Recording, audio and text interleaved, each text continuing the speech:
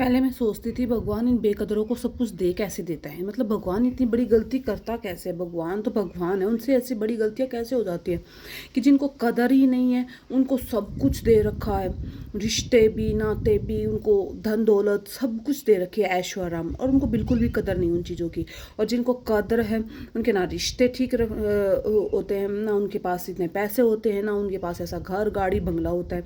और उनको इतनी कदर होती है छोटी छोटी चीज़ों की, फिर भगवान ने इनको क्यों नहीं दिया? क्योंकि इनको तो बहुत ज़्यादा कदर है। तो मुझे बड़ी खुंदक आती थी, मुझे बड़ा गुस्सा आता था कि भगवान भी कितना भेदभाव करते हैं। वो ये सब उनको तो सब पता है कि किसके अंदर क्या चल रहा है, कैसा है, ये कदर करेगा कि नहीं करेगा, फिर भी दे रहे हैं दे रहे हैं। तो मुझे अब जाके अब एक बात रियलाइज़ हुई है।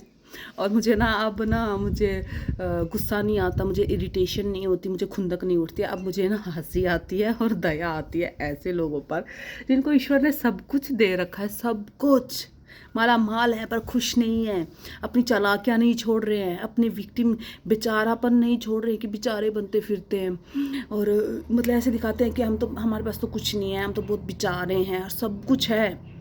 ना खुश है, ना सुकून है, ना खुद खुश रह रहे हैं, ना दूसरों को खुश रहने दे रहे हैं, बस हमेशा कंप्लेनिंग मोड में, हमारे साथ ये हो गया वो हो गया। स्वास्थ्य भी दे रखा है ईश्वर ने अच्छे से कि स्वास्थ्य भी कोई इशू नहीं है, पर फिर भी रोए जा रहे हैं, रोए जा रहे हैं। तो मुझे ना हंसी आती है, क्योंकि जो हम जैसे लोग हैं जिनको हर चीज़ की कदर, छोटी से छोटी चीज़ों की कदर होती है, छोटे से छोटे एफर्ट्स की कदर होती है, छोटे से छोटे ही हर एक चीज़ ईश्वर देता है, तो हम सोचते हैं कि हमारी तो औकात भी नहीं थी इतनी और तुमने इतनी बारिश कर दी है।